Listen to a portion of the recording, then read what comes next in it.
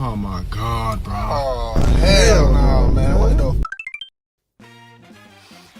Suppose a brother starts rubbing his genitals against a pillow. He gets an erection, but stops before having an orgasm. Is he masturbating? This video was brought to you by my beautiful Patreon community and my YouTube channel members. Thank you so much. Jehovah's Witnesses have very strict rules when it comes to sex. You probably know that by now.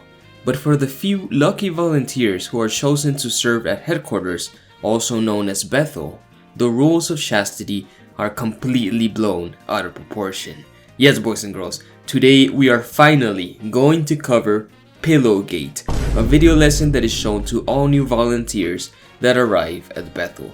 This video was never meant to be seen by the general public, but some whistleblower managed to leak it a few years ago, and it has become, in my opinion, the most ridiculous piece of Watchtower propaganda ever produced. It's insane. So as always, we're doing the cringe challenge, so if you cringe, you lose. And when you cringe, let me know the exact moment you lost it. There's zero chance of you not cringing in this presentation. So get your pillows ready, boys and girls, because we're going balls deep into the wacky world of Jehovah's Witness rules. The first section of the video is actually for the ladies in the audience, so get ready, ladies.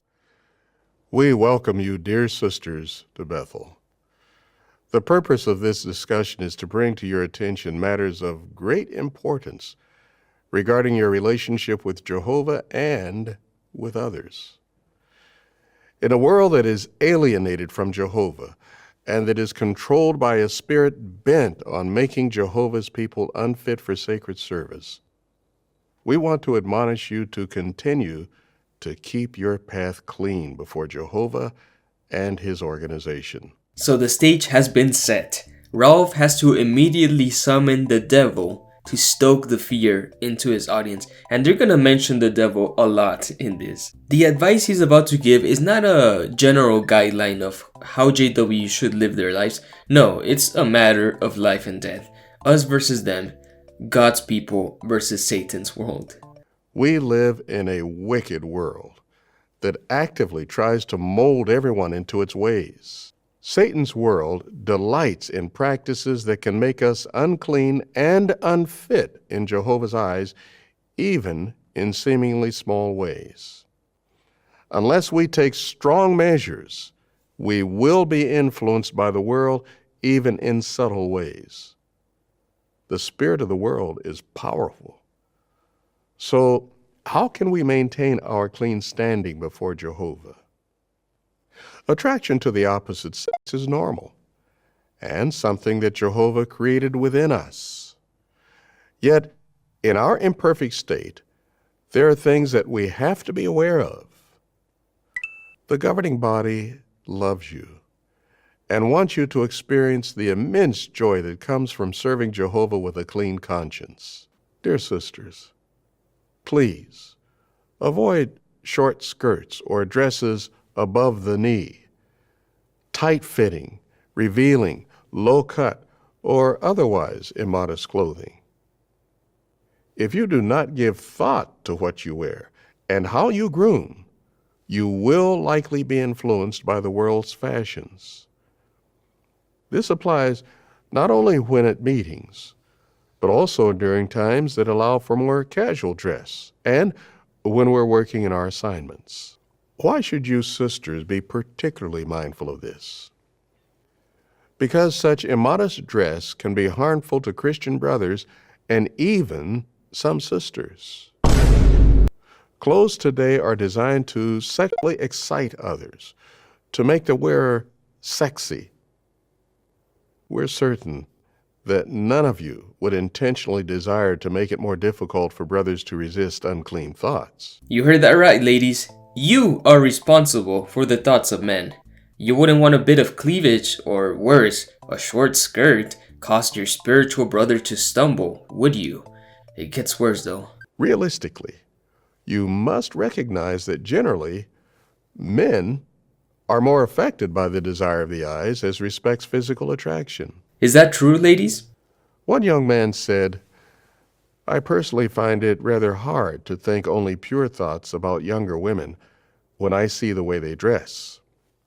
You know why that happens, Rolf? It happens when you keep your men sexually repressed so that everything becomes a temptation to them. Is a woman wearing something a little too revealing? Oh, that must be the devil at work. She must be on the prowl for some poor man to seduce. Manipulative, worldly woman. The Watchtower, back in December 1961, had a question from readers that asked, "How can girls guard against temptation in this sex-crazy world?"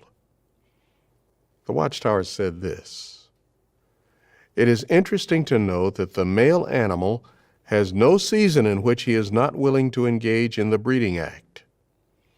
If we humans would take a lesson from these creatures, we would learn something of importance in matters of sex as to its purpose and the results of its operation." End of quote. Men are generally more easily aroused. The August 1st, 1969 Watchtower said, "Christian women have the obligation not to dress provocatively, not to tempt men to keep looking at them, and so reap a prideful pleasure in noting how they're able to play upon the emotions of men." This is so much to unpack here, so let's break it down. Here Rolf quotes from a 1961 article, which is still available on the website, by the way, and the article is way more bizarre than I imagined. Let's read just a portion. How can girls guard against temptation in this sex-crazy world?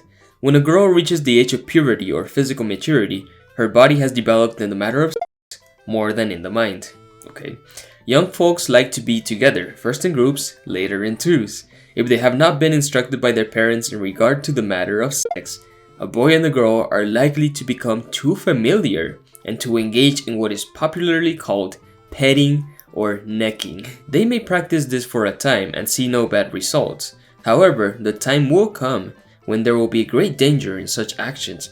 Why? In answer to this question, we can learn about nature and sex from the bovine family of mammals, both wild and tame. Okay, so we're going to learn about human sexuality by learning about cows, because cows are totally the same as humans, right? The article continues. As with a cow, when a young girl who has reached her puberty is in physical condition to conceive and become pregnant, her sex emotions are greatly aroused. If she has association with a boy, she is inclined to think that it's the sweetness of the boyfriend that causes this delightful and new feeling, and so she becomes infatuated with him. If the boyfriend should become sexually aroused and lets her know, and then she yields her body to the advances of the amorous boyfriend, she is likely to become pregnant as a result of just one sex experience of this kind. What? Have you not heard of condoms before? You know they already existed by the 1960s, right? It's such a crazy article, and Rolf cherry picks this article to tell us what we all already know, that men and women are not the same in their reproductive cycles. You don't need cows to prove that. Men have a stronger sex drive and women are more cyclical. Their sex drive is influenced by their menstrual cycle. I know, mind-blowing, right? And I have a lot of young people in my audience. I know this because they come watch the Caleb and Sophia cartoon rebuttals. So, dear viewer, I hope you're not learning about the birds and the bees from a red panda on the internet. Sexy. Anyways, Rolf is basically arguing that women should always dress modestly because men are always horny, and it seems men just have zero self-control over our emotions. Well, news alert for you, Rolf. We are not cows. So instead of placing all the burden of purity on a woman, how about you instead teach your men to regulate their emotions instead? Wouldn't that save you a whole lot of trouble, Rolf? Sexy. You must realize that Satan's system molds the fashion industry so that the clothing worn by women will excite men. Please, be mindful of the need to be modest in what you wear at all times. This wacko also claims that Satan molds the fashion industry in order to tempt men. You know that the fashion industry produces modest clothing too, right? So is Satan behind all fashion or only the immodest fashion? This all might seem very crazy to an outsider, but this man really believes there's a spirit creature called Satan who is controlling the entire world, and all with the purpose of tempting the men. How narcissistic is this worldview? The next area of concern is a more sensitive matter. That is to resist the unclean habit of self-abuse or masturbation. This involves the deliberate stimulation of the genital organs. Don't let yourself become contaminated by this unclean habit. Masturbation is self-abuse. You heard that right, folks. I've heard of masturbation being a sin or an unclean habit, but self-abuse? I don't know what kind of masturbation you're doing. Here's a situation that might arise. A sister views a list of recommended pictures and videos displayed by a social media application. Maybe it's installed on her phone. She comes across some provocative pictures. She doesn't open the pictures, but she lingers over what they call thumbnail images, which are small images reduced in size. As she studies them, she becomes aroused to the point of engaging in self-abuse. These scenarios are just way too specific to be coincidences. You just know there was some sister at Bethel who confessed to the elders about their self-abuse, which happened after studying some provocative thumbnails. I'm telling you, these people are so repressed that any little thing becomes a massive temptation to them. Anyone can happen upon pornography accidentally. This world has made it easy for that to happen. But if one intentionally practices exposing oneself to such harmful images, that may lead to such uncleanness. Yeah, and when you keep talking about all the time, it's inevitable that your young members will get curious and seek it out for themselves. You're just asking for it. Up until now, we've discussed personal matters.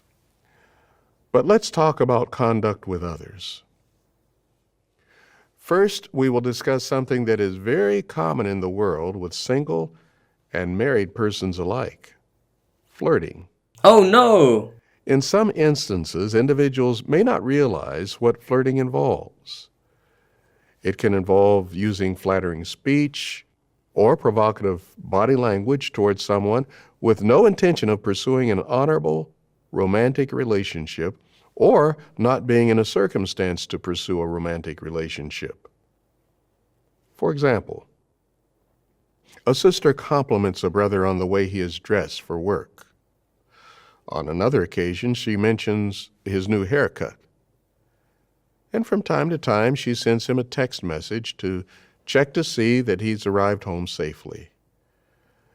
Now, such actions on the part of a married sister or a single sister towards a married man are totally inappropriate and lead to disastrous consequences. Yep, because complimenting the looks of a married person or shooting them a text to make sure they didn't fucking die on their way home will lead directly to a one-night stand. Makes complete sense. If the sister and brother are single, what should she consider? That this brother would be justified in concluding that she has a romantic interest in him. And if she is not interested in pursuing a courtship, she's flirting. And that's damaging. Flirting is cruel and dangerous. It is a form of lying that disregards Jehovah's counsel. The Bible is very plain in its expressions on lying.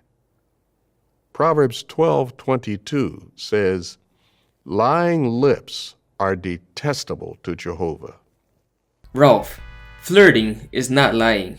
If you flirt with someone, it's because you like something about them. It seems that this dude was never flirted on, and it shows. And since the Bible says nothing about flirting, nothing at all, Ralph must equate it to lying. He is totally grasping at straws. Is it possible that a sister could let her guard down with a married brother? Here's a circumstance where that could happen. A young sister is taken in or adopted by a married couple.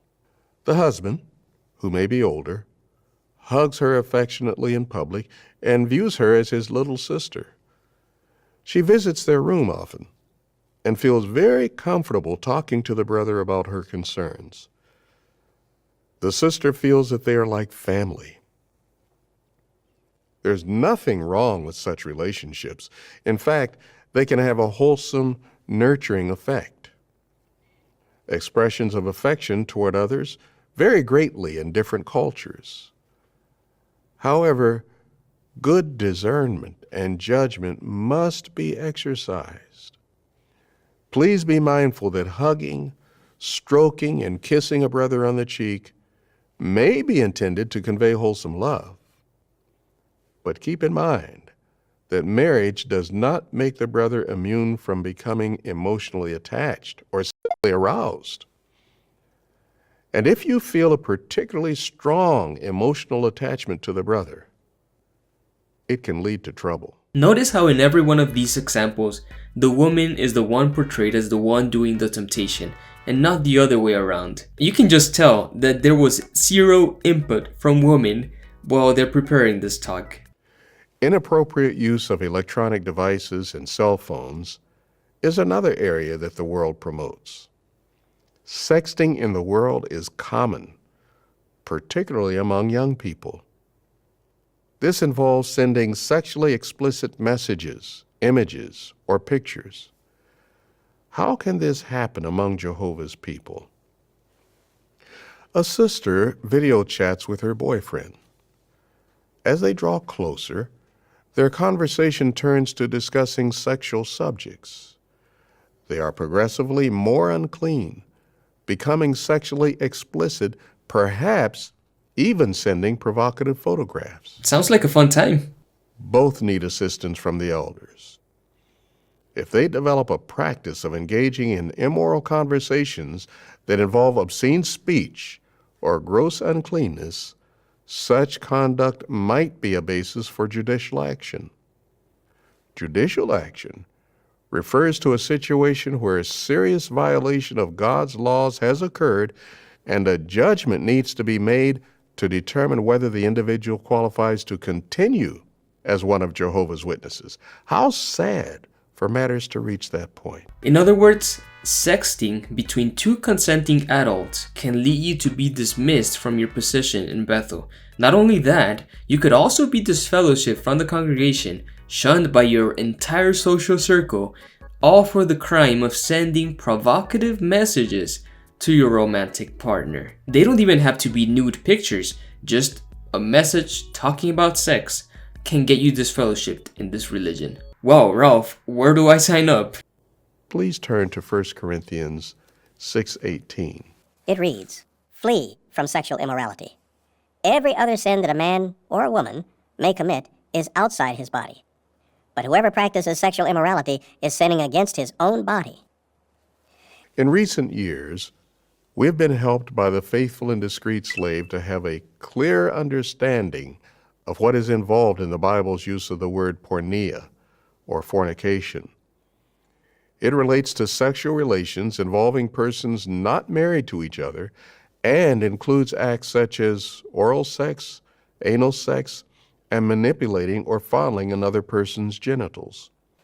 There can be porneia even if there is no skin-to-skin contact. Oh boy, you're gonna be hearing this word a lot in this program. Porneia, which is a Greek word that is translated to sexual immorality. And it's such a vague concept that Watchtower can make this word mean anything they want. So in their mind, it not only involves sexual intercourse, it also involves dry humping, which is something not found anywhere in the Bible. As you will see in the rest of this program, Watchtower has such a strange obsession with defining what is and what isn't porneia that the whole conversation devolves into a pharisaical clusterfudge. Get ready. For example, if a couple are courting and become passionately inflamed, and he lies on top of his girlfriend, and they simulate sexual intercourse, even with clothes on, this constitutes porneia. Much has been stated on this matter in our publications. Satan and the demons are desperately trying to corrupt God's people. Unfortunately, some have fallen victim to these snares. That is why, out of love, we find it necessary to be so clear on what Jehovah has set as standards. Feed your love for Jehovah's commandments and your hatred for the perversions of Satan's system. Be honest with yourself and Jehovah about your weaknesses. The publications questions young people ask, answers that work, have outstanding material that can be a source of much practical wisdom for young and old alike on such matters. Ah yes, the Young People Ask books. That's another rabbit hole we haven't even covered. It has hot questions young people are asking, like, how can I conquer the habit of masturbation? Why don't girls like me? Secret dating. What is the harm? Why stay a virgin? Yippee! Food at the proper time. What should you do if you now realize that you need some assistance? Please, take advantage of mature sisters or the elders. According to James 5:14 and 15, these men are Jehovah's arrangements to raise us up. It is our heartfelt prayer that you, our precious sisters, may keep on guard so as to joyfully walk in the law of Jehovah forever. We pray for Jehovah's continued blessing on you. So that was the section for ladies. What did you think, girls? How would you respond to Ralph's advice on being holy? Let me know in the comments below because I want to hear your opinions. And if you think the video is cringy and bad now, just you wait till the end. It gets way worse. Sexy. Now that we're done with the token black dude, let's go to Gary Bro, or as I like to call him, Gare Bear. And now he's gonna direct this talk to the boys. Bethel is a holy place, but serving here doesn't mean that you're automatically going to remain holy.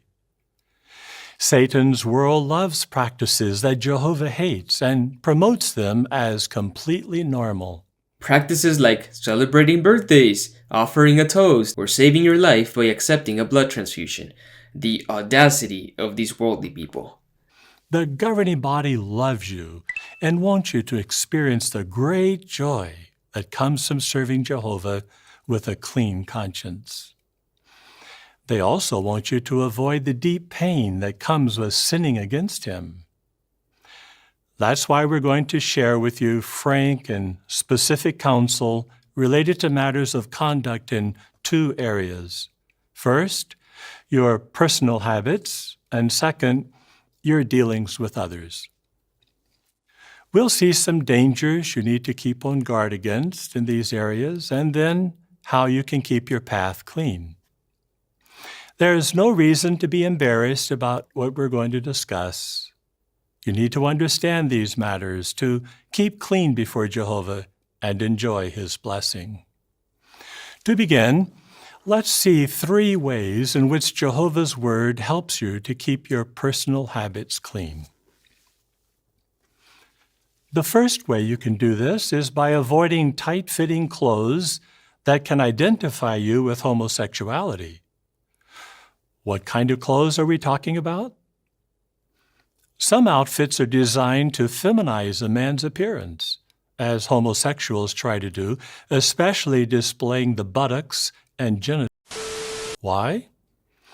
Because it makes it harder to tell the difference between a homosexual and a heterosexual man, making homosexuals blend in.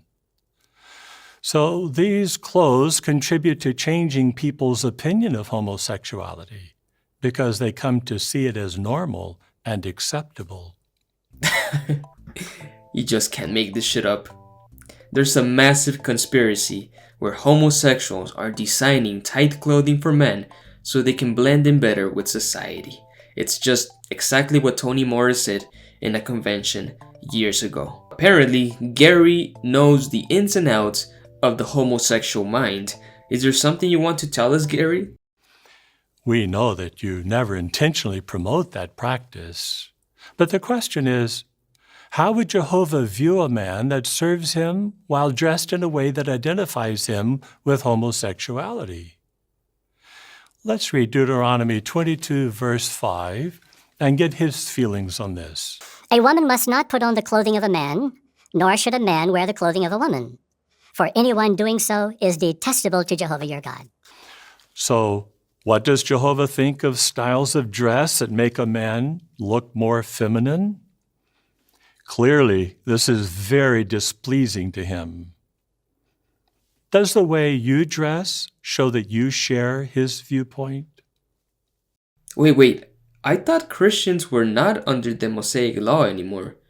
So why are you quoting from Deuteronomy? God also expresses his distaste for shellfish and mixed fabrics, yet you don't give a shit about following those commands, do you? I think if Jesus didn't want us wearing tight pants, he would have said something. A second way you need to keep on guard is resisting the unclean habit of masturbation.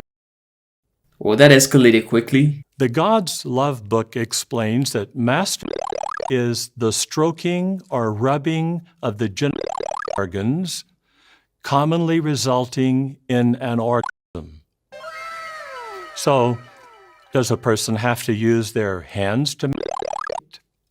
For example, say a brother wears an undergarment that's so tight it rubs his penis as he moves around.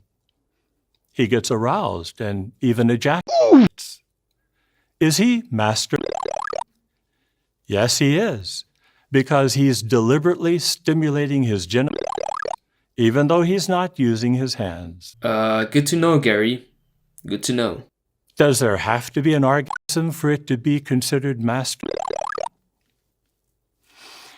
Suppose a brother starts rubbing his genitals against a pillow.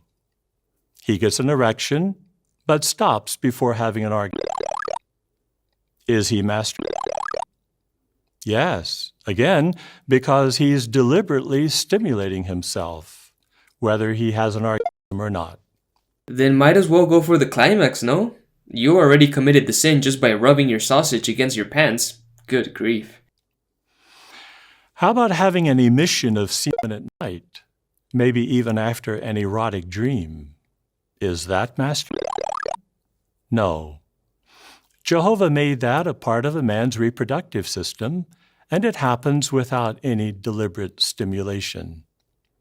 But even so, when this happens to you, it would be good to examine whether you were dwelling on sexual thoughts before going to sleep. Could you have been sleeping in a position that stimulated you, such as with a blanket or pillow held tightly between your legs? If you're honest with yourself about these matters, it will help you to avoid falling into unclean practices. Damn, thanks, Gary. Now Bethel volunteers are gonna be panicking, making sure that they don't sleep in the wrong position. Gary, the point of a wet dream is that it's not voluntary, it's spontaneous, it just happens. And it's completely natural, which brings into question, if God designed their bodies to ejaculate spontaneously at night, and that's a perfectly normal thing, what makes masturbation so bad? You're only expediting the natural process established by God.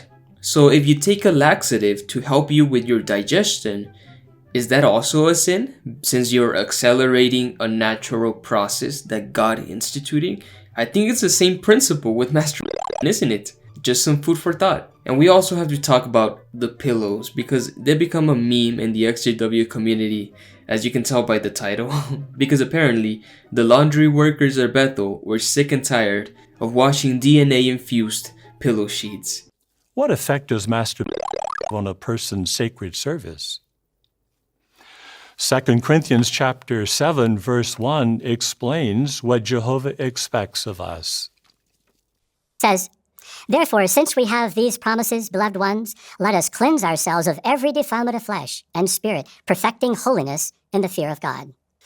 So Jehovah wants us to cleanse ourselves of anything that defiles our spirit. In other words, anything that contaminates our mental attitude.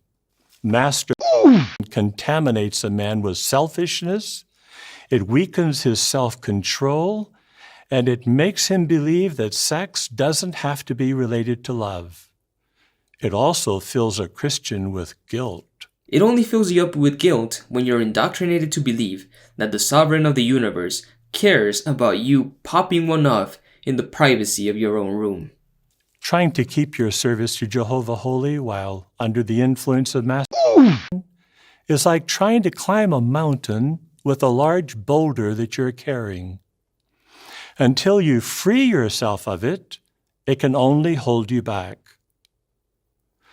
What have you done to cultivate a deep disgust for this practice so as to keep yourself clean? Oh, Jesus. I just love the drug imagery that they're using for this. You cannot serve Jehovah under the influence of masturbation. Yeah, because jacking off is the same as injecting fentanyl into yourself. Alright guys, let's be real. Everyone masturbates, or at least everyone has masturbated at some point. Not only is it perfectly normal behavior, the thing is, the Bible doesn't even talk about it, even though the culture surrounding the New Testament writers were well acquainted with the practice. Surprise, surprise, because people back then also had sex drives. You know, there's ancient art in Greece and Rome that depicts men jacking off, right? You know, the New Testament writers knew about it. So I think if God had a problem against masturbation, he would have bothered writing it down in his holy book. Thou shalt not scratch your pee, and thou shalt not beat your meat. How about that? Let's make it the 11th commandment. Christian fundamentalists are so obsessed with banning masturbation because they thrive off fear and guilt. They have to convince people that they're broken. They have to make them feel guilty over their natural bodies. All of these lousy rules create so much sexual repression on their members and can potentially damage their well-being as well. Our third point: don't let yourself become contaminated with pornography. Satan's world is in love with it in all its forms. But as you know, pornography in any form is not tolerated at Bethel. What can you do to guard yourself against becoming contaminated with pornography, even by accident? Take precautions to keep yourself as far away from its path as possible. Think of the following situation. While in the bathroom, a brother starts browsing through a list of recommended pictures and videos on a social media app on his phone. He comes across provocative pictures of men or women. Some may be topless and some may be nude. He doesn't tap on them, but he does keep looking and starts to masturbate. Now, did this brother truly stumble upon pornography by accident? Or could it be that he was browsing in a place where he actually hoped to find something sexually arousing? Either way, he needs to examine himself honestly, don't you think? Maybe it would be best for him not to use the internet while isolated from others. What precautions can you take to avoid such a situation? Alright guys, you all saw it coming, so now it's time to talk about Let's have a mature discussion about it, okay? Because from what I've heard from several elders and circuit overseers is that pornography use is rampant among Jehovah's Witnesses, especially among men. Porn usage among JWs is common for obvious reasons. These young men and women are not allowed to date if they're not at a marrying age, and you know, your puberty hits you way before your marrying age, and they're not allowed to marry either. So they have no way to relieve themselves. Of course they're gonna end up watching porn. I'm not a psychologist, guys, but let me tell you something about people. The more you tell people not to do something, the more inclined they will be to try it out. So these young JWs are constantly warned against the dangers of masturbation and porn. And even if they have no idea what those things are, their curiosity will get the best of them. They watch it, they feel guilty, they ask for forgiveness, and they do it again. It's a vicious cycle that is fueled by religious guilt. It's a self-inflicted wound. And I would argue it's actually counterproductive, because when you're caught in this cycle of religious guilt and shame, you're more prone to fall into a vicious cycle of watching, and you even start believing that it has become an addiction. But here's the honest truth, guys. When you leave this religion and when you abandon your religious indoctrination, the idea of watching pornography becomes much less attractive. Could certain types of entertainment expose you to the contamination of pornography, even if they're not strictly speaking pornographic? Suppose a brother is watching a TV program for mature audiences that contains a sex scene. Now, the scene is shot from an angle so that you can't see the intimate parts of either person. But he replays it several times and gets aroused. Is he keeping himself clean from the influence of pornography? There may not be any visible nudity, but that scene is definitely designed to arouse the person viewing it, and that's why he's viewing it over and over. He needs to work on hating what is bad. What steps do you take to avoid entertainment that could lead you to pornography? Well, that's another burden we haven't even talked about. Avoiding immoral entertainment, aka rated R movies. Back when I was a believer, I was constantly terrified of watching a movie and being caught off guard with a scene or a scene with nudity. I was terrified that it would put me down a path towards masturbation. But now that I left the religion, and if I encounter nudity in a movie, I'm just like, oh, it's not a big deal. I can't emphasize this enough, guys. Once you leave these high control religions, most of the things you consider to be tempting just become mundane aspects of the human experience. It's a huge burden off your soul. Romans 6 verse 13 explains why we have to keep on guard in this matter. It says, "Neither go on presenting your bodies to sin as weapons of unrighteousness, but present yourselves to God as those alive from the dead, also your bodies to God as weapons of righteousness." Did you notice that a person can present their body to sin, or they can present it to Jehovah, but not both at the same time? If a Christian deliberately presents his eyes to pornography, any worship he renders to Jehovah, no matter how hard he works with the rest of his body, is no longer holy. Jehovah simply does not consent to share our hearts with pornography. Does your heartfelt love for Jehovah move you to keep on guard and avoid disappointing him? No wonder this religion is full of depressed people. Any little thing you can do can disqualify you from being acceptable to Jehovah. Well, if Jehovah is omnipresent and he can see everything happening right now, then he has watched every single terabyte of deranged material ever produced and decided to do nothing about it. By this definition, Jehovah is the heaviest consumer of pornography in history. Does that disqualify him of himself? You clowns. Next, we'd like to examine with you 4 ways in which all of us have to keep on guard in our conduct with others. First, it's necessary to avoid flirting, whether the other person is single or married. Now, what would you describe as flirting? Put simply, it's treating someone as if you're interested in marriage when you're really not. That's literally the worst definition of flirting I've ever heard. This dude's love life must be fun. Could persons of the same sex start to flirt? Consider a situation. A group of single brothers has a meal together, and after most leave, 2 of them remain behind in the room drinking alcohol. At one point, one asks the other if he has ever woken up with an erection. Their conversation starts to touch on sexual matters. Are they flirting? Their conversation can arouse sexual desires in them, even though they're of the same sex. This could easily lead to comments or curiosity about each other's bodies. Don't deceive yourself thinking this could never happen. Keep in mind that alcohol tends to lower your inhibitions and can make thoughts that you'd normally suppress or view as repulsive seem acceptable, even inviting. Spoiler alert, Gerber.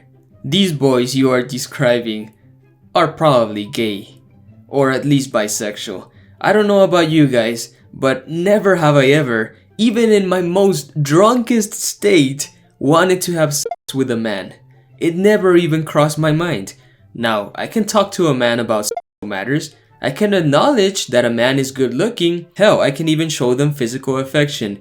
But if you're not gay, you're not gay. No amount of alcohol is gonna change that. Let me tell you a little secret, boys and girls. There are some Jehovah's Witnesses who are gay. I know, right? Shocker! Watchtower likes to pretend they don't have any gay members, but we all know that's not true. And there are some gay members serving at Bethel. I don't know how common it is, but apparently it's common enough that Gary felt obligated to bring it up. It gets worse though. But keeping in constant contact with a sister you're interested in and without taking the proper precautions can be like throwing gasoline on that spark, turning it into something destructive. For example, can you see how the brother in the following situation has let his guard down? While video chatting with his girlfriend, they start making some references to sexual subjects. He ends up becoming aroused, and after they finish their conversation, he masturbates. The next time they speak, the conversation goes further and becomes sexually explicit. Now, both start masturbating while connected, but without exposing themselves to one another. Now, obviously, at this point, both need to get help from the elders because their conversations are becoming more and more unclean. A young JW couple can't play with themselves during a video call in peace without the need of bringing the elders into it. This is the level of control we're dealing with, guys. They're on the express route to sexual immorality. Express route to sexual immorality? Damn, where do I sign up? But what should he have done to be on guard and not let things get to this point? At 1 Timothy 5, verse 2, Paul told Timothy to treat all his Christian sisters with all chasteness. This coming from Paul, a guy who chose to stay single out of his belief that Jesus was returning any day now. You really think we should be taking advice from this dude? You need to do the same, especially towards a sister you have a romantic interest in.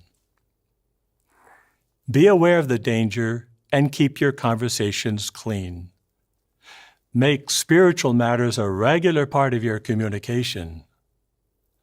Avoid communicating late at night when you might be more likely to let your guard down. In doing so, you demonstrate that you're a spiritual man capable of caring for your prospective mate's relationship with Jehovah. Oh my god. This entire religion is just one slippery slope fallacy. Don't do this because this will happen. Don't talk about sex with your partner because that will lead you directly into having sex. Watchtower really thinks so little of their members that they can't trust them to be alone with someone of the opposite sex or to show concern towards a married person or to let someone wear tight clothing. In the eyes of Gary Bro, JWs are so spiritually weak and lacking in any self-control that any of these things will end up in complete disaster. What a sad way to view people and the world. Next, we'd like to help you to clearly understand what the Bible means by the phrase sexual immorality, a very serious sin that can quickly destroy your relationship with Jehovah. In the Greek scriptures, that phrase is used to translate the original word porneia. What does that mean exactly? Porneia is sexual relations involving persons not married to each other. It includes acts such as oral sex, anal sex, and masturbating on another person. It always involves deliberate manipulation of the genitals and at least one other person or animal. When a Christian commits porneia, the elders always have to provide assistance. Do the genitals both need to be manipulated for there to be porneia, such as when two people have sexual intercourse? No, both oral sex and anal sex involve the manipulation of the genitals of only one person. Does manipulation of the genitals always involve the use of the hands? Not necessarily. For example, suppose a brother pays a stripper to perform a lap dance that lasts several minutes. She grinds her clothed genitals on his leg while he's fully clothed. He becomes aroused, but doesn't ejaculate. Was that porneia? His genitals aren't being manipulated, and he's not touching the woman's genitals with his hands. However, he is committing porneia by allowing her to use his leg to stimulate her own genitals. Ooh, another definition to our list. Can there be porneia without skin-to-skin contact? Say a brother lies down on top of his girlfriend while both are clothed, and they simulate having sex. Are they committing porneia? They have their clothes on, but the genitals of both are being manipulated, so they've committed porneia whether a climax is reached or not. That means that even some provocative forms of dancing, such as when a man rhythmically rubs his pelvis against the buttocks of a woman as she rubs herself against him, can also amount to porneia. I think these Pharisees just get a kick out of every time they institute a new rule on what constitutes porneia. Hey Gary, if I kick you in the balls, does that constitute porneia? Technically, I'm using a part of my body to manipulate your genitals.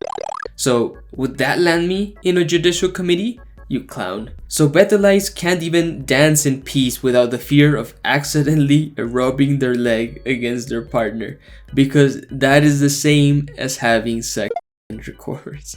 Yep, that's totally what Paul meant when he warned against porneia. Makes complete sense. What if a person fondles the genitals of another, but doesn't actually masturbate them? For example, a brother sits on the lap of one of his male friends. His friend puts his arm around his waist and at one point fondles his crotch over his clothes. Is that porneia? Although the second man didn't go as far as masturbating the first, he is deliberately stimulating his genitals. Because there's fondling, caressing, stroking, or rubbing involved, this act constitutes porneia. What are the following situations? Please stop, Gary, stop it. Two brothers masturbate in front of each other, but without touching each other. Is it porneia? The answer is no, since neither is touching the other person. However, it is a flagrant disregard for Jehovah's laws and a serious sin that has to be addressed by the elders. What the fuck? So if a dude sits on the lap of another dude and his clothes rub against his crotch, that is considered porneia. But if two dudes jack off in front of each other, it's not porneia and therefore less of a sin? What are these guys smoking? What is going on in the house of God? Bethel is a holy place. I can just imagine two dudes in their Bethel dorm staring at each other while they're wanking one out, thinking to themselves, I'm sure Jehovah won't mind as long as there's no skin-to-skin contact. You see what happens when you become overly obsessed with rules? All of this silly chaos ensues. Finally, to keep clean before Jehovah, you have to fight against homosexual behavior. You've surely noticed that we've mentioned several situations involving homosexuality throughout this talk. Why do you think that is? Because you have gay members at Bethel. Dude, that's why. Satan is desperately promoting this perverted practice.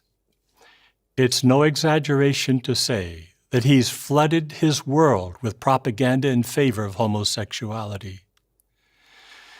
It's not realistic to think that you can't be affected by his efforts just because you serve at Bethel. At times, you may find yourself struggling with same-sex desires, or you may realize that others are doing so. That doesn't mean that you or they are homosexuals, but it does mean that you have to keep on guard to remain holy. No, Gary, it absolutely means they are homosexual. If you have to fight with homosexual tendencies, newsflash, my friend, you're probably gay. Congratulations. How can you do this? Examine your conduct carefully and honestly so that you avoid situations that can foster homosexual desires. For example, do you avoid unnecessarily exposing yourself to others, such as when you're in the locker room? Are you always modest, even in front of your roommates? Do you have the habit of excessively touching other brothers, hugging them tightly, slapping their buttocks, rubbing them, giving them massages, and so on? For instance, what do you think of the following situation? After exercising together, two single brothers go back to shower in a room. Afterwards, one gives the other, who's wearing only a towel, a massage. One or both of them get sexually aroused. They have put themselves in an extremely dangerous situation, don't you agree? Although Satan is waging war to influence people's thinking on the subject of homosexuality, Jehovah hasn't changed his view on the matter. Homosexuality is unholy and repugnant to Jehovah, and he will not tolerate it among his dedicated servants. Does your love for Jehovah move you to have the same view? From watching this, you can probably imagine the absolute hell it must be to be a gay member of this religion. Being constantly told that your sexual orientation is something evil that must be suppressed. You heard the words. And repugnant to Jehovah. Unholy, repugnant. Damn, like it's not even funny at this point, it's just sad. That's why I try to speak up for the LGBTQ community, because religions like these love to crush their souls as much as possible, and it's devastating. We've identified several serious dangers which we have to keep on guard against to be clean before Jehovah. Of course, more is involved than just avoiding what's bad. What else do you need to do to keep your path clean? First, have a regular program of meaningful Bible study. When you regularly spend time with Jehovah by means of your Bible study, it will make your love for him and his commandments grow. Obeying him will make you happy. Yes, boys and girls, because by reading the Bible, you will learn all about Jehovah's commandments, such as thou shalt not sit on your homie's lap, or thou shalt not sleep with a pillow between your legs, or my favorite one, thou shalt not beat thy meat in front of your bro. But if you do, don't sweat it because it's not porneia. Fuck you, Gary bro. Go fuck yourself. Second, be honest about your weaknesses. Notice what the psalmist prayed in verses 36 and 37. Incline my heart to your reminders, not to selfish gain. Turn my eyes away from looking at what is worthless. Preserve me alive in your way. Did you notice that he recognized he needed Jehovah's help to incline his heart In other words, to make him want to do what was right? Do as he did. Humbly acknowledge before Jehovah that you need his help to fight wrong desires. Be specific and tell him what they are, but then also act decisively. Turn your eyes away from worthless conduct and entertainment. Reject any wrong thought as soon as it comes to mind. That's another freaking thing we haven't even mentioned. Thought crime. The notion that you can sin merely by having an impure thought. What a way to live your life. What should you do if you now realize that you are or have been involved in some type of unclean or questionable conduct, such as what we've considered? Frankly, you might be embarrassed and even afraid to ask for help. That's not uncommon. But please think about what Psalm 119, verse 176 says. I have strayed like a lost sheep. Search for your servant, for I have not forgotten your commandments. Like the psalmist, if you've been involved in unclean or questionable conduct, seek help from the elders right away. We love you and want to help you get on a clean path again. The governing body loves you too. It's our heartfelt prayer that you, our precious young brothers, will keep your path clean and joyfully walk in the law of Jehovah forever. There you have it. If you have done anything that might be considered immoral in any way, please make your way to the elders. They want to get in on the juicy details. I think Gare Bear here just wants more ridiculous stories to add to his collection. Maybe he's gonna make a Pillowgate 2.0 in the future, detailing more ridiculous scenarios that constitute porneia. And I'm sure this only scratches the surface of what's going on at Bethel. Just imagine all the stories that were simply not appropriate to fit into this video. Oh, to be a fly in the wall in the house of God. As you can probably tell by now, this religion is obsessed with sex. Sure, this particular video is reserved for Bethelites, but if you go to a regular JW meeting at the Kingdom Hall, it's not gonna take long until you hear them talking about sex. The elders are constantly talking about the dangers of masturbation, the dangers of porn, the dangers of immodest clothing. Hell, I remember a few years ago there was this one Watchtower article discussing the role of foreplay in marriage, and all of these topics are touched on while there's little kids in the audience. Let that sink in. Religions are obsessed with controlling sex because that's the most effective way of controlling people. Sex is very primal and it's such a universal experience. Sexual repression will fill an individual with shame and guilt, making them more susceptible to indoctrination. But all of this is a facade. JWs pretend to be holier than thou when they're really not, because they're also human. They like to get close with their partners, they pleasure themselves, and every now and then, they have sex outside of marriage. I know, right? How shocking! But while Watchtower is busy punishing consenting adults when they get a little too intimate, they fail to protect children from abuse. And if you grew up in this religion, you know that adultery and divorce are also very common. And as you saw, not even Bethel, the house of God, is safe. Bethel is a holy place. Sexy. This video is absolute gold. It's by far the most insane propaganda Watchtower has ever pulled out.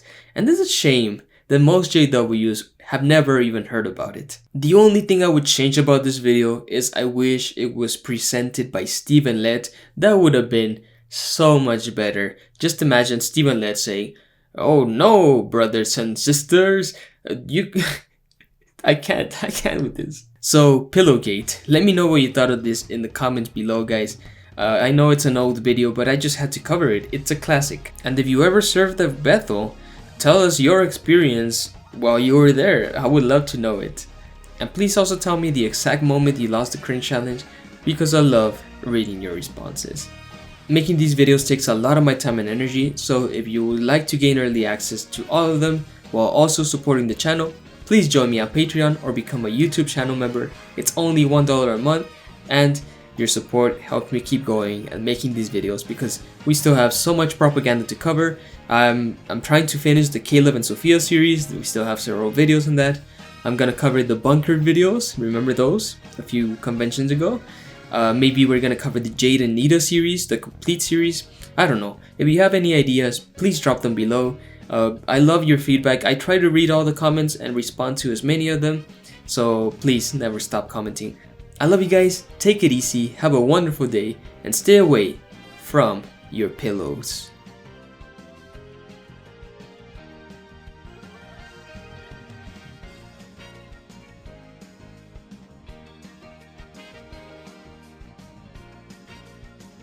Bah. Goodbye, little sheep.